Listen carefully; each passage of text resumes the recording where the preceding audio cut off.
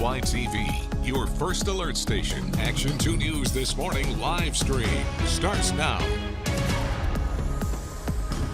Hey there, good Wednesday morning. Great to have you here with us for some extra time, spending it here with us on our Action 2 News This Morning live stream. I'm Tammy Elliott. And I'm Emerson Lehman, diving into all of the big stories that we've been following this morning. And we're starting with the story that we've been following for a majority of the week here. The superintendent of the Green Bay Area Public School District is on paid administrative leave. So we've been following this story, and the district now is reviewing comments that he allegedly made during a radio interview. This happened during a recruiting trip to Atlanta. And Kristen Allen is joining us live this morning outside the school district office. So tell us what's next in this process and what we know now.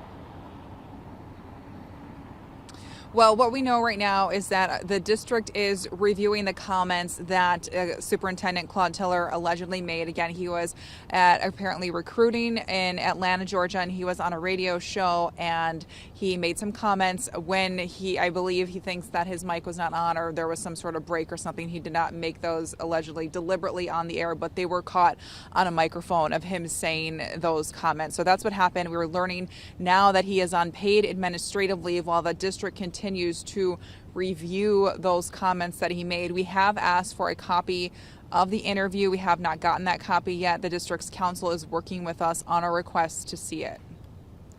And Kristen, as you said, we have not seen that radio interview yet, but what is the district currently doing in light of those alleged comments that were made?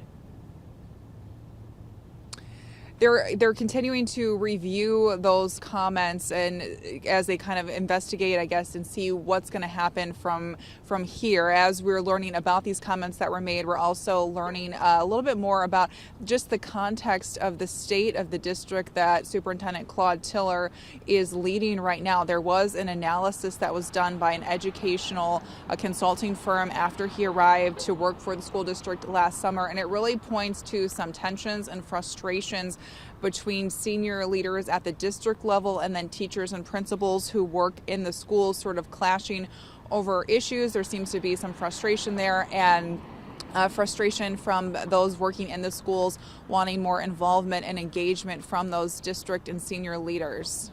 Also, I just want to point out, Kristen, we have requested comment from Superintendent Tiller, correct?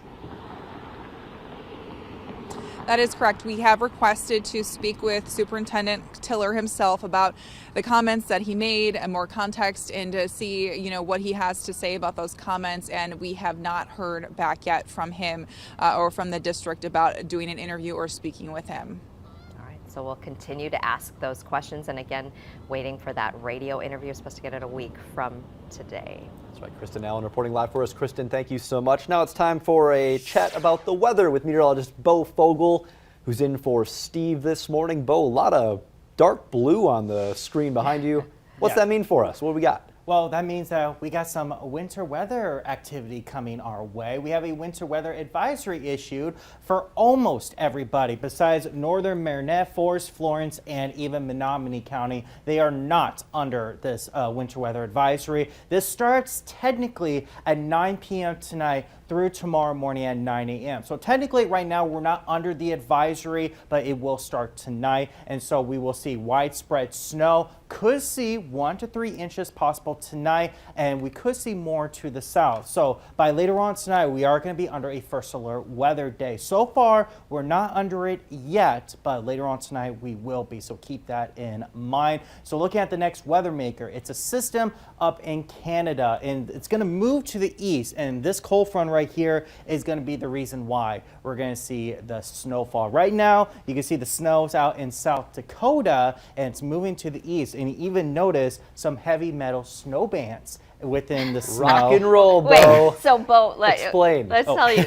So during the show today, you said, "Oh, there's a snow band moving in," and then during the commercial break, I said to Bo, "Call it a heavy metal snow band because you're our Heavy and metal rock and lover roll. in the building, right? Yeah. Music, you love that. Oh, I do. I'm a big fan of rock music, and you guys got to interview somebody from Rockfest. I don't know who directly. We just talked about talked Rockfest. about Oh, you it. talked about it. I thought We you were talking interviewed about it somebody. last week when you weren't in. So you're so nice to fill in for Steve today. And Steve called you out. He goes, "Oh, Bo would love this. We gotta let Bo know about Rockfest." Yes, So, yeah. Oh my gosh, I would have gone an endless conversation about that. I looked it up and see what bands y'all were talking about. I'm like listing them, and they're like, I don't know that band. I don't know. It's I'm coming like, up this summer, right? Yes. I think it is. Yeah. Yes, yeah, it's yeah. going to be coming up. I don't know if I can make it, of course, because scheduling conflicts. But I hope. You're a busy hint, guy. hint, cough, cough. But crossing fingers, we hope that happens. So that's where the snow heavy Metal snow band. Thank you. I had to repeat that. So several You get to times. combine two things you love, Bo. That's great. Exactly, weather and music. So I had to rehearse that several times, and I still screw it up. And a lot of people are looking forward to the snow because we were talking with Steve that Yeah. we hadn't had snow for measurable snow for like a month. Over a here. month at this Over point, a month yeah. in Green Bay. Yeah. Yeah, it pretty much, I think the last one was the blizzard that we saw January 11th. I think that was the last time we had actual good measurement snow. So yeah, it's been actually just over a month. Yeah, so it's crazy that we haven't had that much activity in just 1 month. So a closer look at the snow. We're going to start seeing the snow come in from west to east. So areas like Wausau, Wautoma, and Waupaca, you guys will get it first around 9 or 10 o'clock, and then it's going to start moving across Green Bay into the lake shore around midnight or shortly thereafter. And you can see it's very widespread, so almost everybody is going to be seeing it. And then by the time you wake up Thursday morning, most of the snow should be done. We could see a little bit here and there, and then you can see by about mid to late morning, it'll be completely done. So looking at the snowfall potential, anywhere between 1 to 3 inches is what we're thinking, and then we could see a little bit more to the south. And then I also just recently saw the models too. There could be a little bit more up in some parts of the Northwoods area and the Rhinelander area. So we'll see. Overall, 1 to 3 inches. I wouldn't be surprised if a community here and there gets a little bit more. So again, winter weather advisory issued 9 p.m. tonight through 9 a.m. tomorrow morning, and we'll have a first alert weather day later on tonight. For those that were maybe hoping to use the snow as an excuse to get out of a Valentine's Day date Yeah. tonight, not going to work, Bo, unless they're going No. out real late, right? Yeah, it's not gonna work, buddy. So you're gonna have to still get your Valentine's Day gifts if you still haven't gotten them yet. Which I think we got. How do you say it again? Flowerama? Is that what it's called? Flowerama, they're Flowerama. ready. Flowerama. They're going hard right now with Yeah. the preparations, Right. getting ready for Valentine's Day, all the balloons, We everything. were out They're there excited. live during our morning show showing all the preparations, and yeah, they've got a full house on all the flowers getting ready to be delivered. So Yeah, so they you're- want that weather to be good this morning, so it's all and through the day. All the So deliveries that looks can take good, place right? on Yeah, time. the deliveries. Oh yeah, the deliveries will be fine, but if you're hoping to use an excuse for the snow to not get your gift, it's not gonna work. So you still have to get your gifts, guys. All right, Bo, thank you so much. All right, want to check in with Aisha, who's in for Catherine this morning with First Alert Traffic. Hey, good morning. So we want to take a look at our traffic cameras outside because I was talking this morning about some slippery stretches, at least that's what's showing up on 511. This is Outagamie County where supposedly there are those slippery stretches.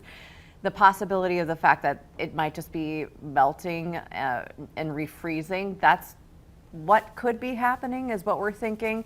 Drive times are still pretty good this morning, but yeah, there's the lake shore. This is 43. We're seeing a little bit more of the slippery stretches reported on the lake shore just north and south of Manitowoc.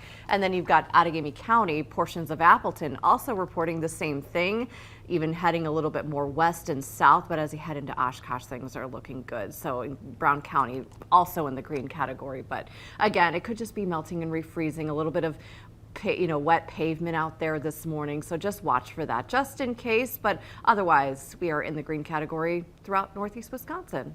Aisha, appreciate that look at the traffic. Always good to see green on the screen. Moving to our next story now. Some people being treated for ADHD continuing to struggle to get their medications refilled. Yeah, we have Emily Roberts who's been looking into this. I know you looked at a recent report and then also talked with a local pharmacist. What did you learn about this? Right. So what we're learning from this report, newly published in JAMA Psychiatry, is that new prescriptions to treat ADHD, popular prescriptions like things for Adderall, those rose 30% during a 2-year window between March 2020, when the pandemic first hit. So from there, 2 years on, rose 30% for folks 20 to 39 years old. Another big jump for those prescriptions. The prescriptions for women specifically rose 25% during that time frame. So, you can imagine that means a lot more people are searching for these medications, taking them off the shelves, and of course taking them to treat ADHD. And that means that pharmacies across the entire country, including right here in our own backyards, are having to adjust to this. I spoke with Stru's Pharmacy in Green Bay, and they say actually that there's not a single day that goes by where they don't get a phone call from someone asking if they have a certain stimulant in stock. So it's an issue impacting a lot of people in our area. And did they say, specifically why ADHD medication is in a shortage of this? There have been so many studies since the pandemic first hit, and this shortage has been going on for a while, so a lot of folks have been looking into this. Some of the most commonly thought about ideas that might have sparked this are things like people working from home, more mental strain, things like that made these people go and try to get a prescription or try to get diagnosed with something, not just ADHD, but also a lot of mental other conditions like anxiety, depression, things like that. But also another big thing, of course, going to the doctor got a lot easier, just like how kids were able to go to online school, Zoom school. Telemedicine became a lot more popular. So just chatting with a doctor on the phone or on your computer, it was a lot easier to get these prescriptions. All kinds of factors that play into it. Emily, thank you so much for those reports this morning. A lot to learn there. Thank you very much. And now we're going to turn our attention to the First Alert Safety Desk. Aisha's going to join us over at the main desk, actually. She's going to come hang out because we're talking about a major recall for ready-to-eat snack meat. It has to do with charcuterie boards. Again, we're talking about that, preparing for it. And we were thinking about this, especially because it's Valentine's Day, too. Yeah. And this is kind of coming along. And I know you'd been looking into this, right? Yeah, I have. And last month I did a recall similar to this. It's actually an expansion of that. I'm going to throw out a lot of different names, but we do have everything at WBAY.com with the list because there's about 51 or so different ones. It's the same company. It's a company based out of New Jersey. They expanded it, so there's different copa meats, like salami type meats. I don't really know too much about Italian meats, but just look at the video if you can. I don't know if we can pull it up. We do have a look at some of them. So like Beretta, for example, you might find this familiar. A lot of these are sold at places like Aldi, Costco, Sam's Club, and they're concerned because there could be a pathogen risk. And we talked a lot about this last month with this original recall, the fact that salmonella could be a risk with some of those that came out originally. And now this is the same concern, but for a dozen more, or at least a couple dozen more. So that's a look at the different brands. There's so many different brands that it could be confusing. So I want everybody to be able to look at WBAY.com, check your fridge, and maybe have your phone next to it and compare just to make sure. Yeah, you don't want to get your sweetheart sick on Valentine's Day. That would not be a happy That would Valentine's not be good, right? celebration. No, not at all. So that's just a recap of kind of what's going on there. And an important one at that. You also talked about asthma medication that was recently pulled off some pharmacy shelves as well. Right, so I think we talked about this last month as well. So right at the beginning of January, a very popular one was taken off the shelves because it was discontinued. The manufacturer just stopped making it. So they eventually came out with an alternative, a generic version to Flovent, which a lot of people know, and that's given to kids a lot of the time. It's starting at age 4, they could start taking it to help them with daily asthma issues. It's more of a daily one, not so much an emergency one. So it was replaced with an identical generic version. And so that company, GSK, that you saw, they did put out that alternative, but the problem is a lot of people are having issues actually finding it. That's one issue. And then they talked about during that transition that it would be covered by insurance, but a lot of people are having trouble with that too, saying that it's not covered by insurance. It's not as cheap as it was before. So those are a couple of the issues that are going on with this, and kind of expanding on what we've talked about with those drug shortages, what Emily was mentioning. This one's not on that list, I think it's just got a different issue. It's in transition, so hopefully what it sounds like, they'll just need to get more of the alternative option.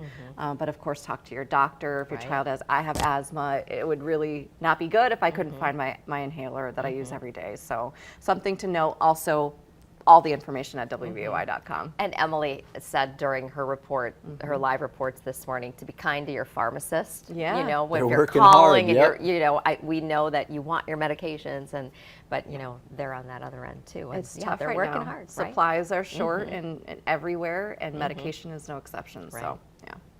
All right, Aisha, thank you Of course. as always, and happy Valentine's Day. Happy Looks Valentine's so pretty in Day. pink. Yeah, we've got our Valentine's Day colors on. Yeah, so We texted each other. Yeah, pink's a good color.